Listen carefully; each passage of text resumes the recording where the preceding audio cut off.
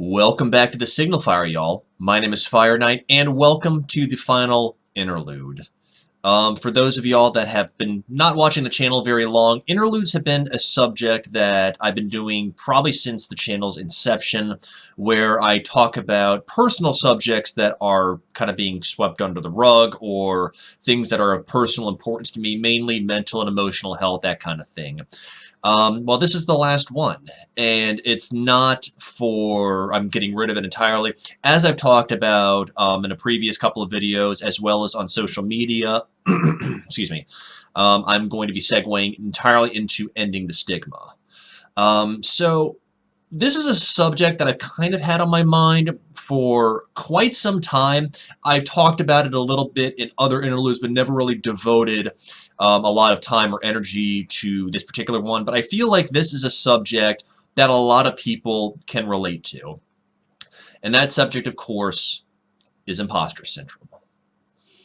Now, before I go any deeper regarding this, I do want to give a big thank you to my very good friend, IndiColition, also known as Indie Gamer Guy, who did all of the legwork for me. He did the research, he pulled up the links, he cited the sources. So all of the links that will be in the description below will be because of him. So thank you so much, Indy. I really do appreciate it, brother.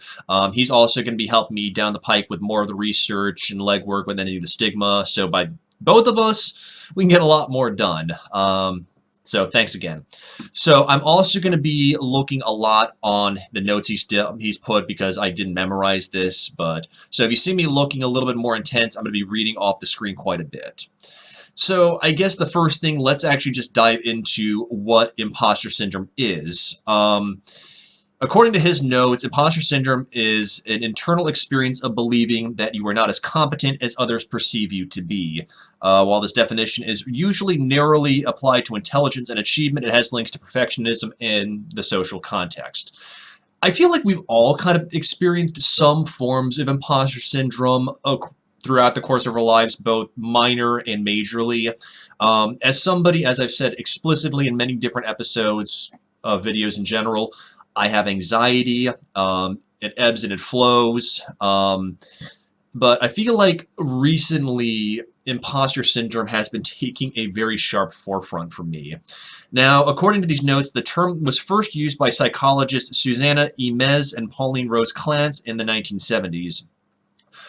When the concept of imposter syndrome, also known as IS, was introduced, it was originally thought to apply mostly to high-achieving women.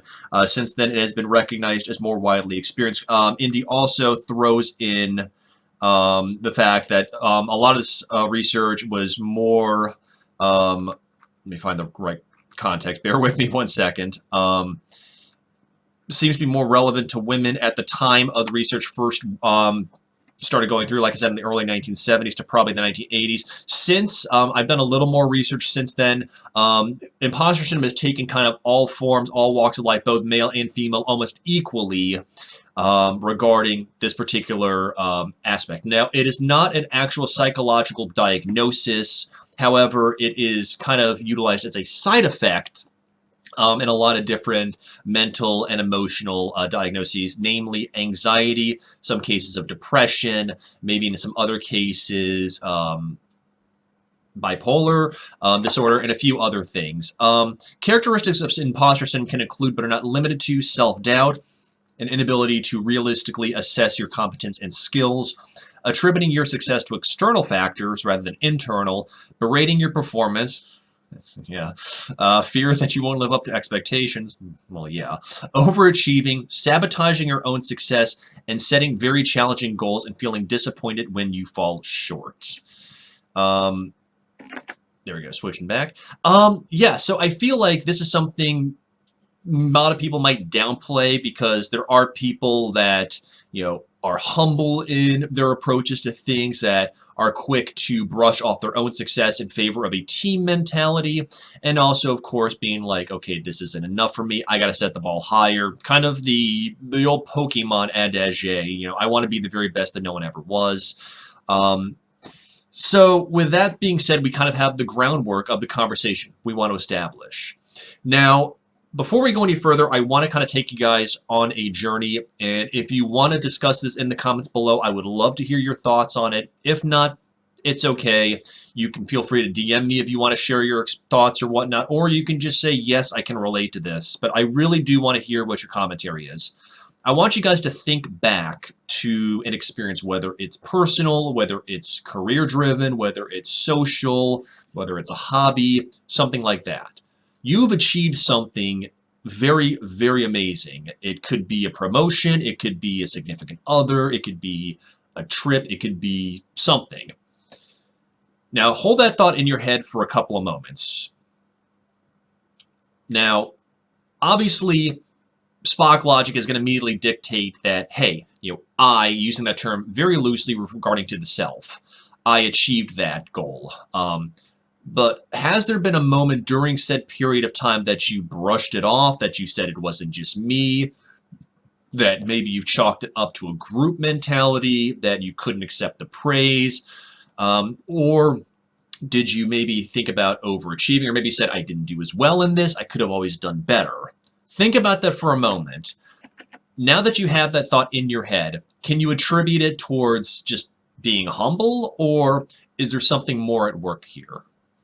Now, for me personally, this really has become a big thing for me because about almost a month ago, I want to say, I had a very big project at work.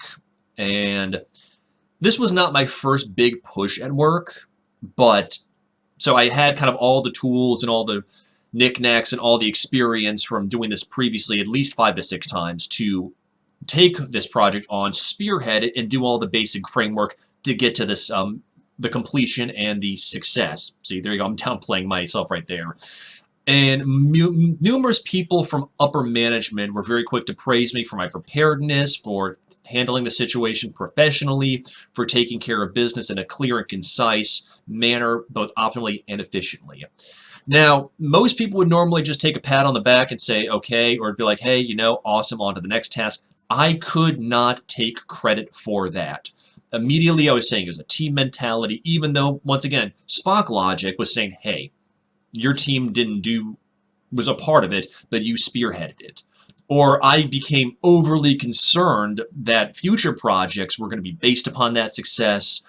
I let myself kind of not take the back seat, but was worried that maybe ego was going to come into play, that things were not going to be good enough. More recently, as more projects at work have been happening, I've been letting my teammates, take the lead on that so they could get training and they could get the experience that I never received. But internally, up here, I started getting worried that, like, okay, are they going to want my position? Are they going to want to surpass me? Am I sabotaging my career, my job, so on and so forth? And once again, with somebody with anxiety, this is normal.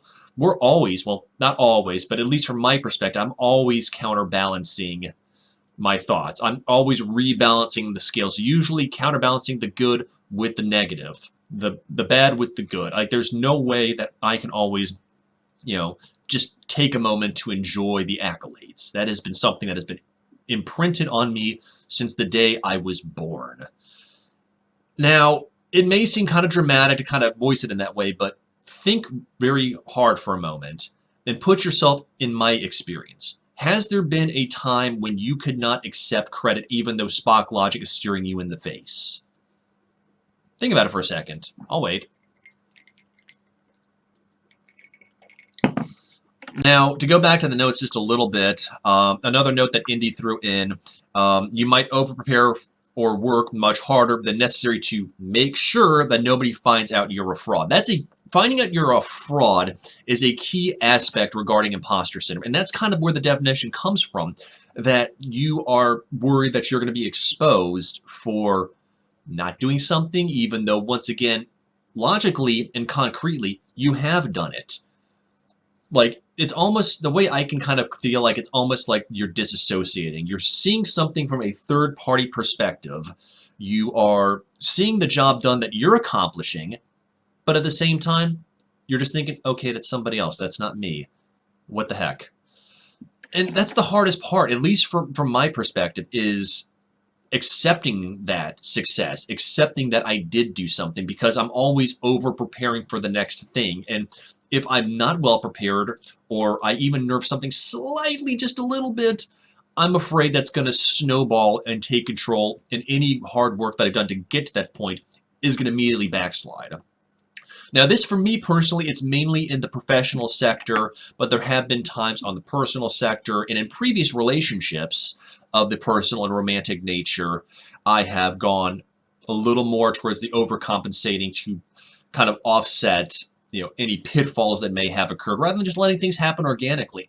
Now, while I feel like this is a big thing that happens to a lot of us, we do need to kind of step back and realize, hang on a second.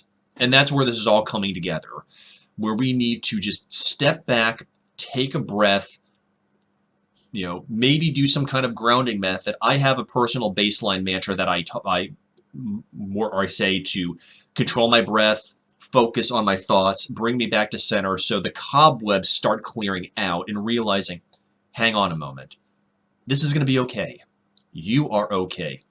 You are doing this. You are in your right to feel successful. You are in your right to feel accomplished. You are in your right to be you.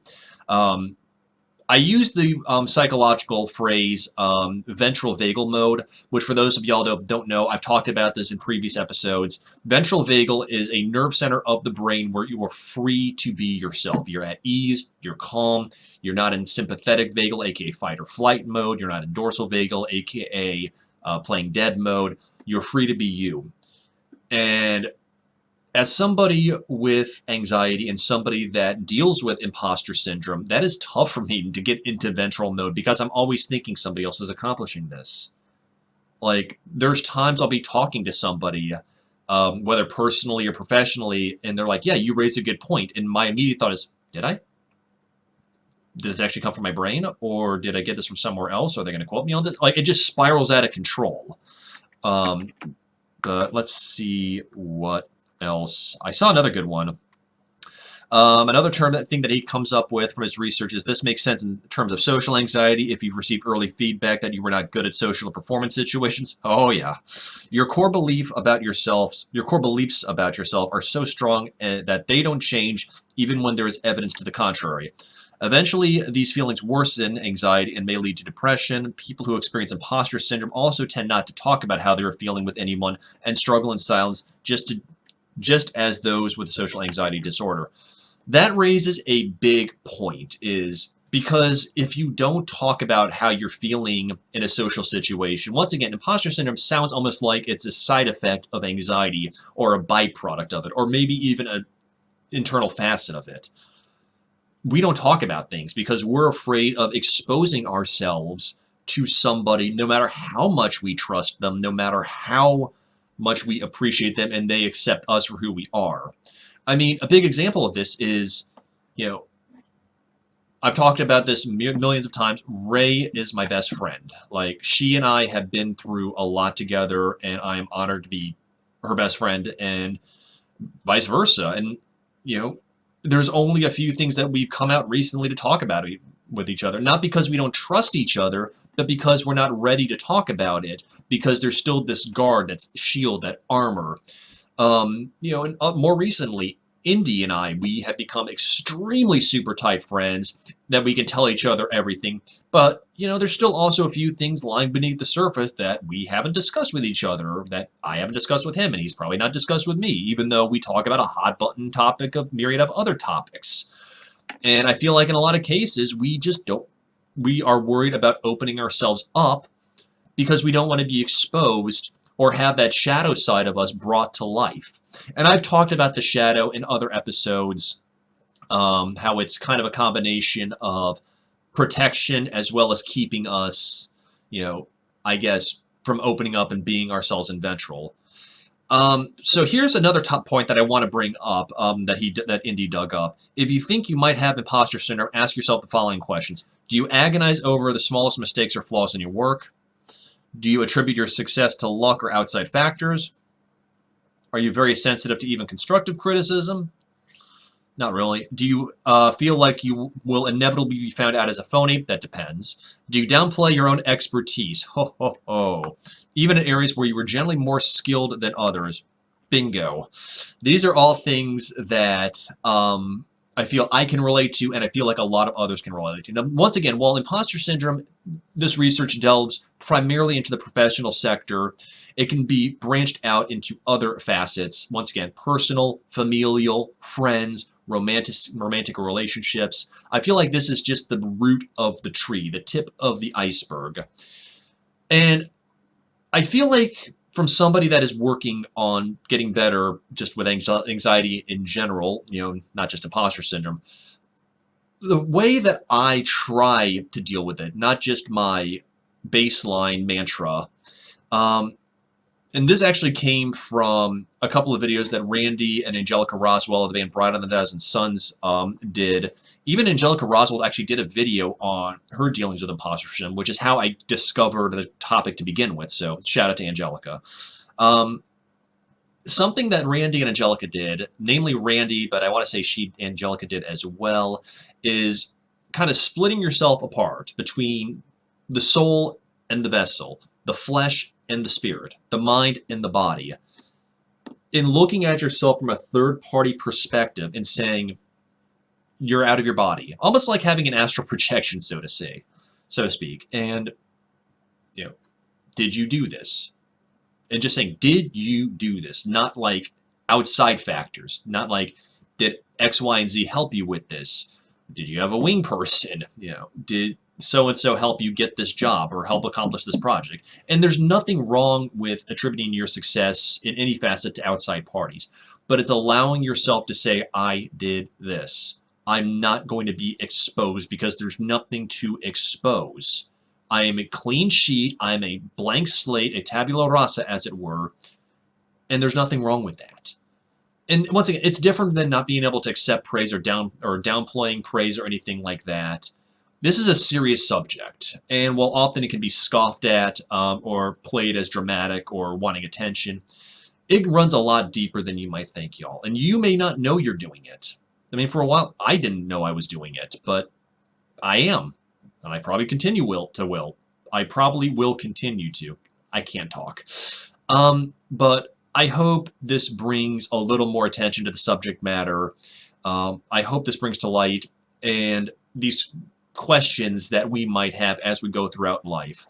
But we need to be allowed to be ourselves, to act ourselves, not to play this bit role that may or may not be exposed as a fraud.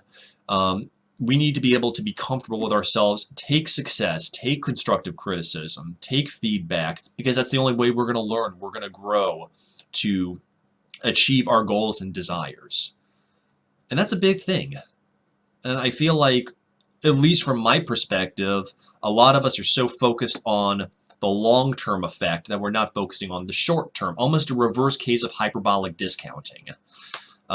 For those of y'all that don't know what hyperbolic discounting is, it's where the short term always outweighs the long term. I've talked about it in other videos. I'm not going to go into it. But we need to be able to enjoy those little moments, to accept, to soak it up, not rest on our laurels, as it were, but to actually take it in and be a better person, because we need to take the good as well as the bad, that whole balancing thing.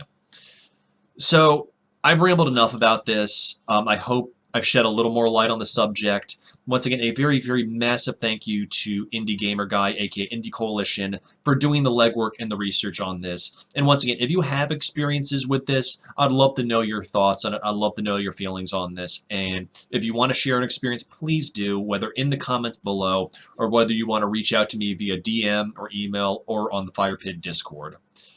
So with that being said, once again, a big thank you to Indy for the research, a big thank you to Christoph Frey for being a sponsor of the Signal Fire project, and of course, I'm not going to go into the shameless pimping myself out, so there are links in the description below to every kind of resource that's related to the project, as well as links to all the research that Indy has done. And once again, a big thank you to the Patron Cabal for your unending love and support of the project. So otherwise, I hope y'all have a fantastic night. And always remember, keep your fires burning.